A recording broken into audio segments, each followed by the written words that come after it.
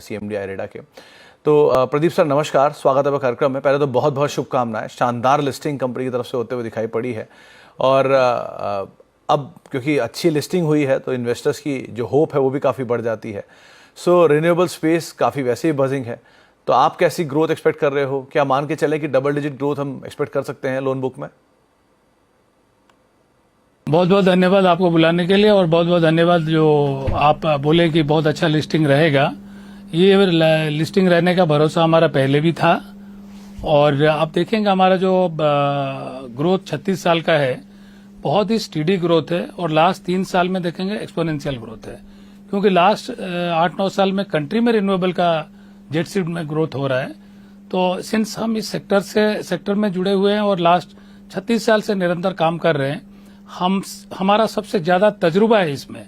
IREDA team का सबसे बहुत ही ज्यादा एक्सपर्टीज है जो रिन्यूएबल एनर्जी सेक्टर को ना कि फाइनेंस करना, सेक्टर को हैंड होल्ड करके मैच्योर बनाना।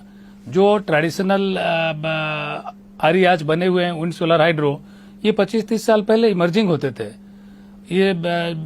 और आज का दिन अगर देखेंगे एनबीएफसी स्पेस में हमारा जो आरी फाइनेंसिंग का जो मार्केट एनबीएफसी का 31% का मार्केट शेयर है, और लास्ट 3 साल में हमने एसेट क्वालिटी इंप्रूव करने में काफी फोकस दिया हुआ है।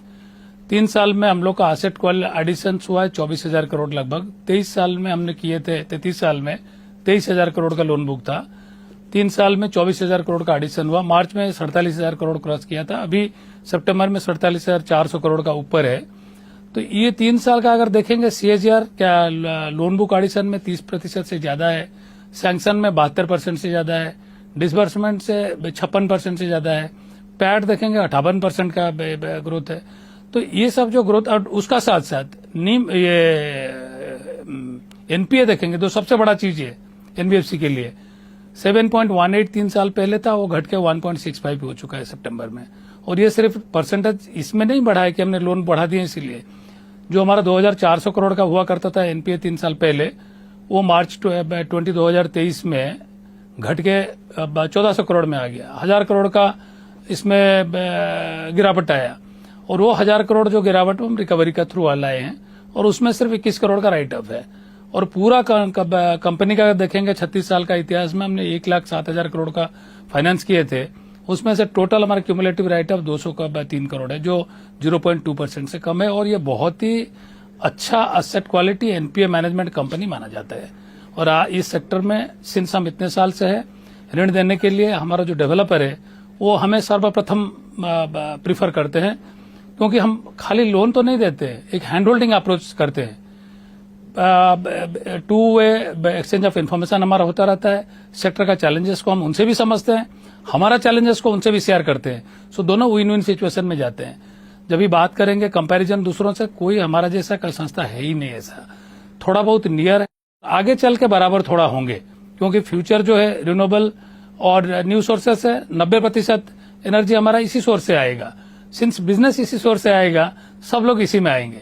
सिंस हमारा तजुर्बा सबसे ज्यादा है, तो हम लोग को वो कॉम्पिटेटिव एडवांटेज मिलता रहेगा। और हम अपने आप को भी काफी रिस्किलिंग, अपस्किलिंग, डिस्किलिंग ये सारे करते रहते हैं। हम ईज ऑफ डूइंग करते हैं, बिजनेस ग्रोथ पे फोकस करते हैं, बेस्ट क्वालिटी कॉर्पोरेट गवर्नेंस देते हैं। आज जो बेस्ट क्वालिटी कॉर्पोरेट गवर्नेंस की बात करता हूं, वो कोई संस्था, कोई एनबीएफसी बैंक ऐसे नहीं दे रहा कि जो हर क्वार्टर में हम पूरा ऑडिट करके पब्लिश करके देते हैं, और सबसे जल्दी करके देते हैं। एजीएम भी सबसे जल्दी करके देते हैं, जो टॉप नॉच प्राइवेट सेक्टर उनके बराबर का है। जी, तो दास साहब एक और चीज़, नवरत्न स्टेटस को लेके बहुत सारी बातें हैं बाजार में कि शायद 29 तारीख को एक मीटिंग है और उसमें आ सकता है नवरत्न स्टेटस। क्या कब तक हम माने ये नवरत्न स्टेटस कंपनी को मिल सकता है? किस तरह के बेनिफिट्स एक्सपेक्ट कर रहे हैं कि जब भी नवरत्न स्टेटस मिलेगा, पीएसयू बनेगी, तो क्या बेनिफिट्स होंगे उस समय? देखिए, सरकार का अथॉरिटी तो गवर्नमेंट ऑफ इंडिया है इसको देने के लिए, लेकिन उसका जो मापदंड है वो हम पार कर चुके हैं। हमारा निवेदन हमारा मंत्रालय ऑलरेडी आगे बढ़ा दिए हैं। Department of public enterprise nodal agency वो कर रहे हैं। आज मीटिंग था, सिंस लिस्टिंग का साथ क्लास हो रहा है तो उसको कल के लिए रखा गया। उसके बाद फिर एक हाई लेवल कमेटी मीटिंग होगा। सिंस हमारा जो असेसमेंट हुआ है और हमारा मंत्रालय उसको एंडोर्स कर चुके हैं, हम उम्मीद करते हैं बहुत जल्द दिसंबर के अंदर हमें मिल जाएगा। उससे एक तो मार्केट परसेप्शन बदलेगा, हमारा जो गवर्नेंस है उसमें थोड़ा ऑटोनॉमी इंप्रूव होगा, वो हमें फर्दर हमारा जो रेटिंग ट्रिपल स्टेबल उसको सस्टेन करने में कामयाब होंगे। प्लस कहीं ना कहीं ये परसेप्शन हमें फर्दर बोरोइंग पे भी मिलेगा।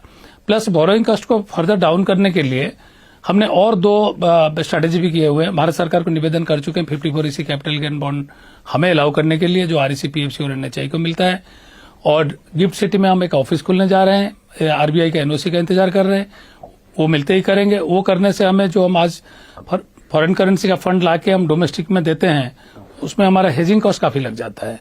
लगभग 350 से 450 बिप्स का हेजिंग कॉस्ट का उसमें सेविंग्स होगा उस प्रोजेक्ट के लिए, जहां पे डेवलपर ओवरसीज प्रोजेक्ट लगाएंगे या तो डेवलपर डोमेस्टिक प्रोजेक्ट लगाएंगे जिसमें एक्सपोर्ट अर्निंग रहेगा, तो नेचुरल हेजिंग मिलेगा, हम फॉरेक्स बोरोइंग करके लेंडिंग उनको कर सकते हैं। तो बहुत सारा है एक्शंस। थोड़ा रिटेल स्पेस में भी आगे बढ़ाएंगे। ये पोस्ट IPO बहुत सारा एक्टिविटी हम नए भी करने के लिए सोच रहे हैं, वो धीरे धीरे आएंगे। और हर क्वार्टर में हमारा जो रिजल्ट है, आपको इंप्रूवमेंट अभी लास्ट 3 साल में जो दिखा हुआ है, 3.5 साल में दिखा हुआ है, वो आगे भी बरकरार रखने के लिए पूरा प्रयास करेंगे। ओके दास साहब, एक और बात, जो कॉस्ट ऑफ फंड्स है, क्या एक्सपेक्ट कर सकते हैं कि उसे गोइंग फॉरवर्ड थोड़ा नीचे आता हुआ दिखाई पड़ेगा? एक दूसरा, इंटरनेशनल एजेंसीज जो हैं वो कुछ और फंडिंग को लेकर या सोर्सिंग, मतलब फंड सोर्सिंग को लेकर और बेटर सिचुएशन में दिखाई पड़ेंगे आपको? आप कोई भी इंटरनेशनल एजेंसी का नाम लीजिए, वो हमारे साथ जुड़े हुए हैं आज का दिन। ये हमारा सौभाग्य है।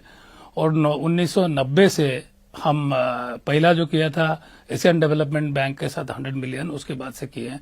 बट आज विडंबना ये है, डोमेस्टिक मार्केट में लास्ट 3 साल में जो कॉस्ट हमें मिल रहा था, वो लैंडेड कॉस्ट हमें कॉस्टली पड़ रहा था। तो हमने लास्ट 3 साल में अधिक से अधिक हम डोमेस्टिक मार्केट से लिए हैं, और बहुत नेग्लिजिबल हमारा जो फॉरेक्स मार्केट का लोन है। इवन लाइन ऑफ क्रेडिट होने का बावजूद, कमिटमेंट चार्जेस देने का बावजूद, हमारा लैंडेड कॉस्ट डोमेस्टिकली चीपर पड़ रहा है।